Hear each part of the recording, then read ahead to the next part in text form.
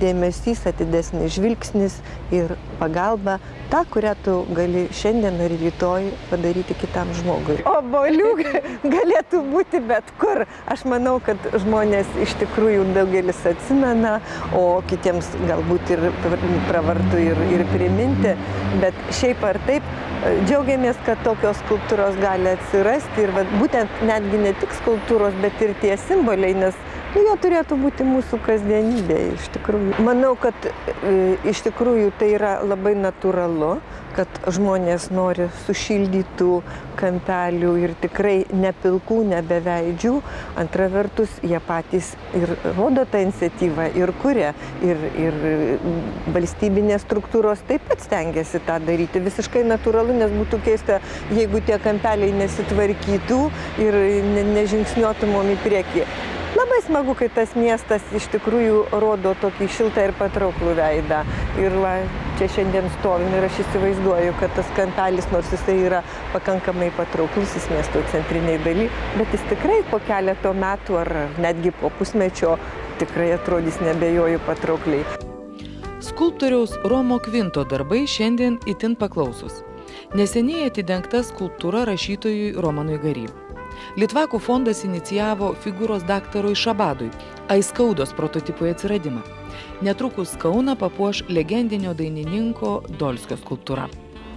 Nu, dabar aš tai toks jau labai produktyvus. Bet taip supuolė. Tuos darbus pradėjau labai įvairių laikotarpių. Ir tik tai, kad tas finišas toks maždaug taip pat vos ne vienu metu. Bet visi darbai yra daryti žmonių iniciatyvos užsakyti, taip? Taip, ir būtent yra ir konkrečių, pavyzdžiui, Roman Gary skulptūra, tai čia iniciatorius aktorius Romas Ramanauskas. Čia jau, kaip sakyt, viskas paprastai ir aišku. Paskui su daktaru Šabadu, tai čia buvo Litvakų fondas užsakė, taip pat. Ir dabar, pavyzdžiui, Dolskį dainininką Kaune statyti. Viskas praktiškai yra paruošta, reikia išlieti ir galima pastatyti, tai čia iniciatyva yra Vytauto Kernagio. Ir visur taip. O po to, kai tie darbai jau prasideda, užsisuka, atsiranda daugiau žmonių, ten rėmėjų arba dar kaip. Paskui be to ir tada suinteresuotas būna ir miestas padėti, savivaldybė. Šiuo atveju buvo Vilniaus savivaldybė, pavyzdžiui, tą Roman Gary, tai jie padarė, aplinką sutvarkė gražiai ten. O koks yra jausmas, kai eini pro savo darbą stovintį mieste? Ar, pavyzdžiui, girdėjai atsiliepimų miestelėnų, gerų, malonių, šiltų, kas nors ką nors sako? Tai kažkaip tai, kaip yra. Niekas man nesako, kad yra blogai. Tie, kurie galvoja, kad yra blogai, tie man nieko nesako. Tie internete parašo turbūt. Galbūt, bet aš kažkaip tai, kaip bebūtų keista, aš nežinau, ar čia keista ar nekeista, bet ir internete nebuvo.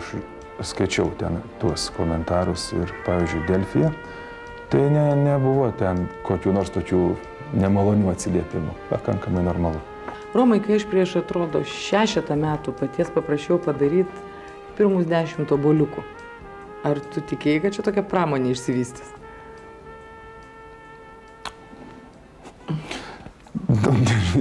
Nežinau, ką atsakyti, kaip tikėjau ar netikėjau. Tiesiog padarėjai. Aš galvoju, bus vienetinis dalykas. Taip įvyks, vakaras kažkoks, kur gaus žmonės apdovanojimus, tai tuom ir baigsis. Aišku, aš kažkaip tai negalvojau, kad tiek gerų žmonių atsiras. Bet tai atsiranda ir atsiranda. O dabar kaip tu įsivaizduoji, ta skulptūra kokio dydžio turėtų būti? Taip dydyti aš tokį, kai jau bandžiau lauke pažiūrėti. Yra vienas dalykas patalpoj, o kitas dalykas lauke yra visi masteliai truputį didesni. Tai kad galvoju, kad, pavyzdžiui, nebūtų per didelis, bet ir kad per mažas nebūtų, tai maždaug apie 2,5 metro dydis visas. Obuolio bus skersmuo, sakysim, kažkur tai turbūt toks kaip stalas, ne? O čia va čia bus tokia širdelė. Va. Nu. Romai, daugiausia tavo darbų yra bronza, taip? Bronza. Obuolys šiuo atveju kombinuota skulptūra bus. Šiuo atveju taip. Ir iš vis šitas obuolys yra, tai nėra toks darbas, kad vat, būtų obuolys, tai yra skulptūra, o kolona yra pjedestalas. Čia yra vienas darbas. Nu, tas vat, obuolys su visa šita kolona, tai yra vientisa. Aš taip galvoju. Gal ir ne veltui sakoma, jog gražios idėjos suburia. Paramos ir palaikymo mėginsime prašyti ir iš šalia skvero esančių bankų ir kitų turtingų įstaigų bei organizacijų, kad per langus ir jų darbuotojai galėtų gėrėtis atnaujintų ir dekoratyvių sostinės kampelių.